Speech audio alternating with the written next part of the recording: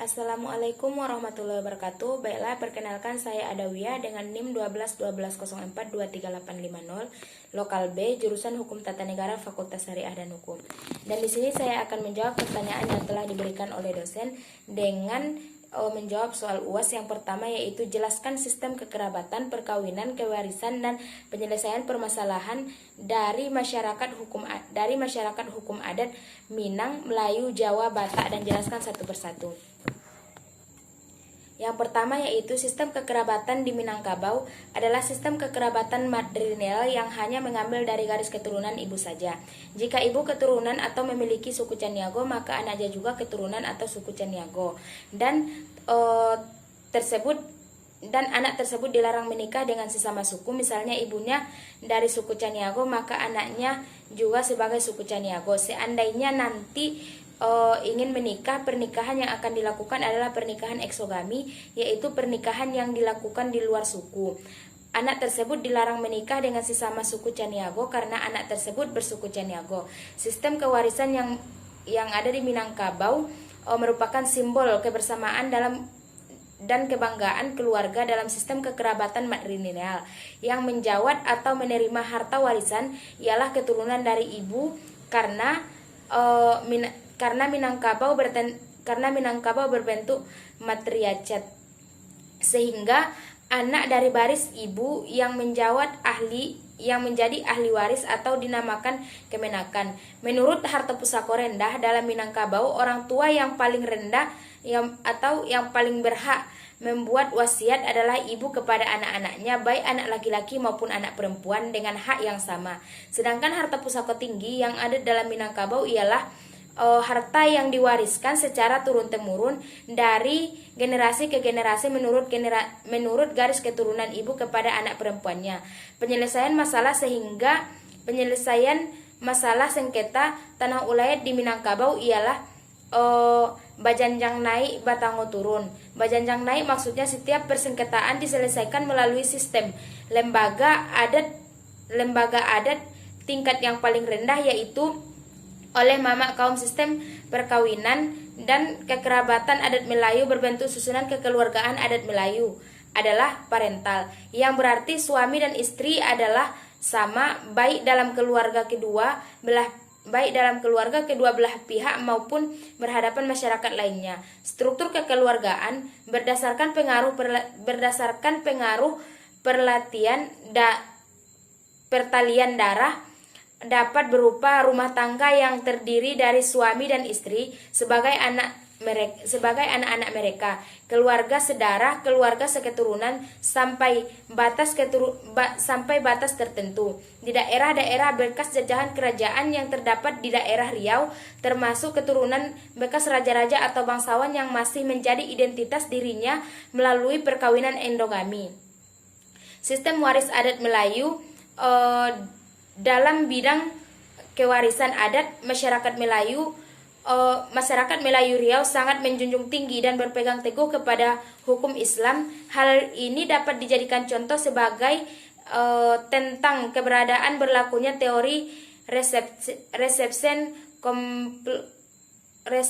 kompleksu yang mengatakan bahwa bila mana suatu masyarakat itu memeluk suatu agama tertentu, maka hukum adat masyarakat yang bersangkutan adalah hukum agama yang dipeluknya. Cara penyelesaian konflik dalam melaksanakan fungsinya, lembaga adat Melayu juga diberikan peran untuk menyelesaikan beberapa konflik yang terjadi, termasuk sengketa tanah ulayat di Provinsi Riau yang selalu menimbulkan konflik secara terus-menerus. Kesimpulan penelitian ini dapat dijelaskan peran lembaga adat Melayu Riau. Konflik tanah ulayat di Provinsi Riau adalah mengkoordinir lembaga adat Melayu yang ada di tingkat kabupaten atau kota serta berperan aktif dalam memproses konflik, ikut mendampingi masyarakat dan turun langsung ke lapangan atau ke lokasi. Sistem kekerabatan orang Batak menganut sistem kekerabatan yang menghitung garis keturunan secara patrilineal, yaitu menghitung anggota keluarga menurut garis keturunan ayah. Sistem kewarisan adalah anak laki-laki adalah anak laki-laki, sedangkan anak perempuan mendapatkan bagian dari orang tua suaminya. Atau dengan kata lain, pihak perempuan mendapatkan warisan dengan cara hibah. Perkawinan yang ideal bagi orang Batak adalah perkawinan dengan pariban. Perkawinan orang Batak adalah perkawinan dengan orang yang di luar marga sendiri. Konflik pernikahan, penyelesaian konflik dengan memperdamai dilakukannya secara adat, dan kepala suku juga bertugas sebagai seorang pengambil keputusan adat, yang mana keputusan yang diambil mengikat pada keputusan serta menyidipkan kerukunan dalam keluarga masyarakat. Sistem kekerabatan Jawa sistem kekerabatan Jawa tidak tergantung pada suatu sistem normatif atau sebuah konsep tertentu. Pada umumnya, orang Jawa hanya berhubungan dengan keluarga intinya, yaitu orang tua, saudara kandung orang tua. Sistem waris di dalam masyarakat Jawa, semua anak mendapatkan hak waris dengan pembagian yang sama, tetapi ada juga yang menganut asas sepikul segendongan atau Jawa Tengah. Artinya anak laki-laki mendapatkan 2 bagian dan anak perempuan mendapatkan 1 bagian. Hampir sama dengan pembagian waris terhadap anak dalam hukum Islam. Sistem perkawinan masyarakat Jawa, mereka menganut sistem perkawinan yang bebas, yang dimana mereka tidak membedakan laki-laki dan perempuan. Cara penyelesaian masalah masyarakat hukum adat Jawa, contohnya penyelesaian sengketa waris dalam masyarakat hukum adat Kampung Nanga, Desa Nenglasari, Kabupaten Tasikmalaya. Penyelesaian sengketa diselesaikan dengan diadakannya musyawarah mufakat keluarga secara adat dengan mengedepankan prinsip kekeluargaan dan keadilan. Baiklah, saya akan menjawab pertanyaan yang nomor 2, yaitu dengan soal jelaskan tahapan-tahapan yang harus dilalui dalam pelaksanaan perkawinan dari masyarakat adat Minang, Melayu, Jawa, dan Batak beserta filosofi dan tahapan-tahapan tersebut. Yang pertama yaitu dari adat Minang ada beberapa tahapan. 1. Marasek merupakan tahapan pertama pada tata cara adat pernikahan Padang. Yang kedua yaitu Maminang dan Mambimbing Tando. Pihak keluarga calon mempelai wanita datang membawa buah tangan untuk keluarga calon mempelai pria.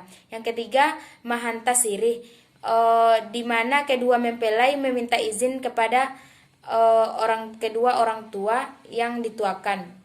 Yang keempat Babako. Pada profesi ini pihak keluarga dari ayah calon mempelai wanita yang disebut dengan bako menunjukkan kasih sayang terhadap calon mempelai wanita dengan memberikan bantuan biaya sesuai dengan kemampuannya. Yang kelima Malam Bainai. Malam Bainai dilakukan dilakukan semalam sebelum malam pernikahan. Yang keenam Menjapui Marapulai, merupakan proses paling penting di antaranya rangkaian proses pernikahan adat Padang lainnya. Yang ketujuh Penyambutan di rumah anak Daro. Momen besar ini biasanya menjadi acara yang paling meriah. Yang kedelapan Akad nikah. Setelah penyambutan di rumah calon mempelai wanita, orang tua pihak wanita melepaskan putrinya untuk dinikahi oleh seorang pria dan mempelai pria menerima mempelai wanita untuk dinikahi. Yang kesembilan Basanding di pelaminan. Sesuai dengan basanding di pelaminan, seusai sah menjadi pasangan suami istri, kedua mempelai kemudian bersanding di rumah mempelai wanita. Yang kesepuluh Tradisi usai akad nikah yang terdiri dari memulang kontando, melewatkan gala marpulai dan balantung kanyang. Yang ke-11 yaitu manikam janja. Sikap ini dilakukan untuk menghormati orang tua dan nenek mama pengantin pria. Yang kedua yaitu tahapan-tahapan pernikahan adat Melayu. Yang pertama merisi. Sebelum adanya suatu perkawinan perlu dilakukan penyelidikan terhadap calon mempelai pria dan terhadap calon mempelai perempuan dari pihak keluarga calon mempelai laki-laki. Yang kedua merasi, merupakan kegiatan meramal keserasian antara pasangan yang akan dijodohkan. Yang ketiga, meminang. Apabila hasil merisik menunjukkan hasil yang baik, maka pihak keluarga laki-laki membicarakan untuk menentukan waktu peminangan. Yang keempat yaitu mengantar tanda. Kegiatan ini dilakukan hari keempat atau kelima dari peminangan. Yang kelima, mengantar belanja untuk keperluan pernikahan, kebutuhan maupun beberapa benda keinginan pihak perempuan. Yang keenam, mengajak dan menjemput. Dilakukan untuk melaksanakan kegiatan dalam majelis nikah kawin. Yang kedelapan, berendam, yaitu kegiatan mencukur bulu untuk calon pengantin perempuan dan laki-laki. Limau mani ini membawa buah kelapa yang dibentuk seperti puncak gunung dan dililit dengan benang 5 warna. Yang ke-10, berinai. Upacara berinai ini dilakukan dengan tujuan untuk menolak bala dan melindungi pengantin dari mara bahaya. Tahapan-tahapan perkawinan pada adat Batak yaitu mangarigit, yaitu tahapan memilih gadis yang akan dijadikan istri yang sesuai dengan kriteria laki-laki atau keluarganya. Yang kedua, mangalehon tanda. Mangalehon tanda maknanya memberi tanda kepada laki-laki telah menemukan perempuan sebagai calon istrinya. Kemudian keduanya saling memberi tanda. Yang ketiga, marhusib. Marhusib adalah sebuah pembicaraan yang bersifat rahasia atau disebut juga sebagai perundingan. Yang keempat, martupol, disebut juga sebagai acara pertunangan. Yang kelima, marhata sinamot, yaitu pembicaraan tentang pihak laki-laki, hewan apa yang akan disembelih, berapa banyak jumlah ulos, dan jumlah undangan yang akan disebarkan dalam acara pernikahan atau perkawinan. Yang keenam adalah Martonggo Raja. Martonggo Raja adalah acara untuk mengumpulkan semua anggota keluarga. Yang ketujuh, Manjalo Pasu-Pasu. Dalam ini pemberkataan pernikahan kedua pengantin dilaksanakan di gereja oleh pendeta. Yang kedelapan, marujuk atau alaon rujuk. Perkataan dari gereja. Kedua, mempelai harus memperoleh pemberkataan dari seluruh keluarga, terutama orang tua, yaitu pada masyarakat Batak Toba. Yang kesembilan, dialab jual. Dialab jual artinya jika pesta pernikahan diselenggarakan di rumah pengantin perempuan. Yang ke-10, ditaruhon jual. Jika peserta pernikahan dilaksanakan di rumah pengantin laki-laki, maka pengantin perempuan dibolehkan pulang ke tempat orang tuanya untuk kemudian diantar oleh para namborunya. Yang ke-11, paulak une. Pada acara ini disebut juga sebagai acara untuk saling berjuang atau berkunjung antara kedua belah pihak keluarga. Yang ke-12, manjae. Pajae atau manjae yaitu dipisah rumah atau tempat tinggal dan mata pencarian. Yang ke-13 yaitu mamingkir tangga, yaitu mengunjungi pengantin di rumah laki-laki yang disebut juga dengan acara memingkir tangga. Tahapan-tahapan dalam pelaksanaan perkawinan masyarakat hukum adat Jawa. Yang pertama yaitu peminangan. Melamar artinya meminang karena pada zaman dulu di antara pria dan wanita yang akan menikahi kalangan-kalangan atau kadang-kadang masih belum saling mengenal. Jadi hal ini orang tualah yang akan mencarikan jodoh dengan cara menanyakan kepada seseorang apakah putrinya sudah atau belum mempunyai calon suami istri. Yang kedua yaitu musyawarah. Secara umum dalam perkawinan bisa dirembung atau dimusyawarahkan hari baik untuk menerima atau melamar atas persetujuan bersama. Yang ketiga yaitu perkawinan. Segala perpisahan tentu harus dilakukan.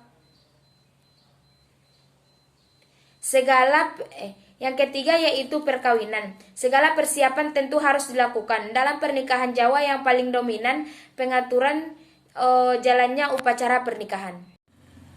Baiklah, saya akan menjawab pertanyaan yang nomor 3 dan artikel yang saya dapatkan dengan judul ini atau jurnal dan yang berjudul Program Dinas Kebudayaan Sumatera Barat dalam Melestarikan Budaya Minangkabau dengan penulis Suci Ramdhani dan Hasrul dengan jurnal Journal of Civic Education, lembaga yang menerbitkan FSI Universitas Negeri Padang dengan volume 4 nomor 2 tahun 2021. Program Dinas Kebudayaan Sumatera Barat dalam melestarikan nilai-nilai budaya Minangkabau.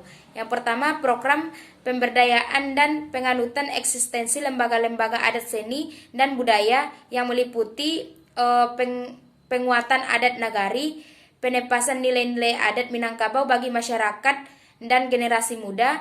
Yang ketiga, peningkatan wawasan adat bagi pengurus kan dan bundokanduang.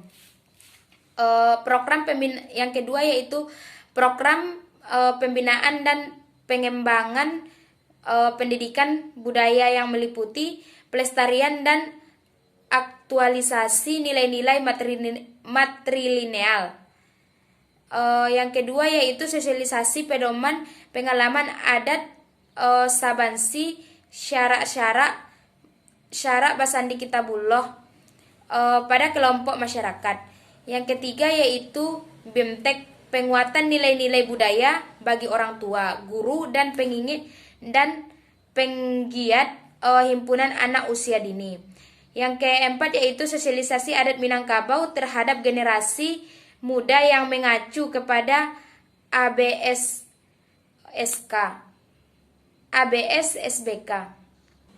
Dan jurnal yang kedua yang saya dapatkan yaitu dengan judul Peran Dalihon Natolu dalam penyelesaian sengketa tanah hak ulayat untuk pengadaan kepentingan umum di Kabupaten Humbang khas Undutan dengan penulis Elizabeth Nelasari, Muhammad Yamin, dan Edi Ihsan.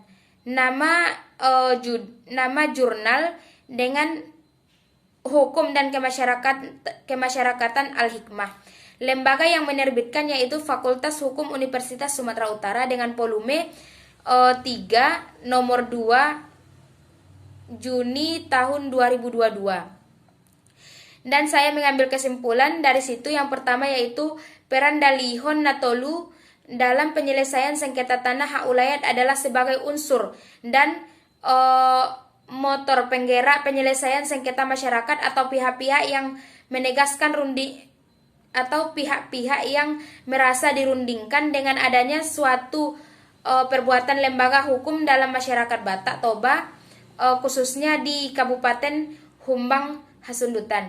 Yang kedua yaitu masyarakat adat Humbang Hasundutan melakukan pendekatan kekeluargaan dan saling menguntungkan. Disinilah peran Dalihon Natolu untuk mempertemukan para masyarakat adat dan pihak pemerintahan Kabupaten Humbang Hasundutan dengan memberi pemahaman bagi masyarakat akan manfaat dari pembangunan yang akan dilakukan itu. Misalnya pembangunan irigasi dan pembangunan pembukaan jalan baru untuk kepentingan umum di Desa Baringin, Kecamatan Parligintan, Kabupaten Humbang Hasundutan.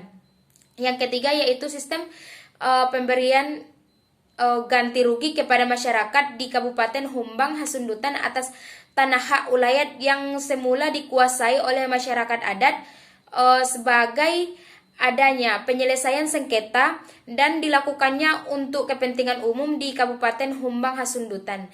Dalihon Natolu akan memberi arahan dan masukan agar masyarakat pemilik tanah lebih memahami dan mematuhi penggunaan tanah yang akan diganti rugi. Pemerintahan tersebut atas pendekatan itu Dalihon Natolu akan menentukan besar ganti rugi sesuai dengan kemampuan pemerintahan. Mungkin cukup sekian jawaban UAS yang akan saya berikan. Salah dan kurangnya saya mohon maaf. Wabillahi taufiq wal hidayah. Wassalamualaikum warahmatullahi wabarakatuh.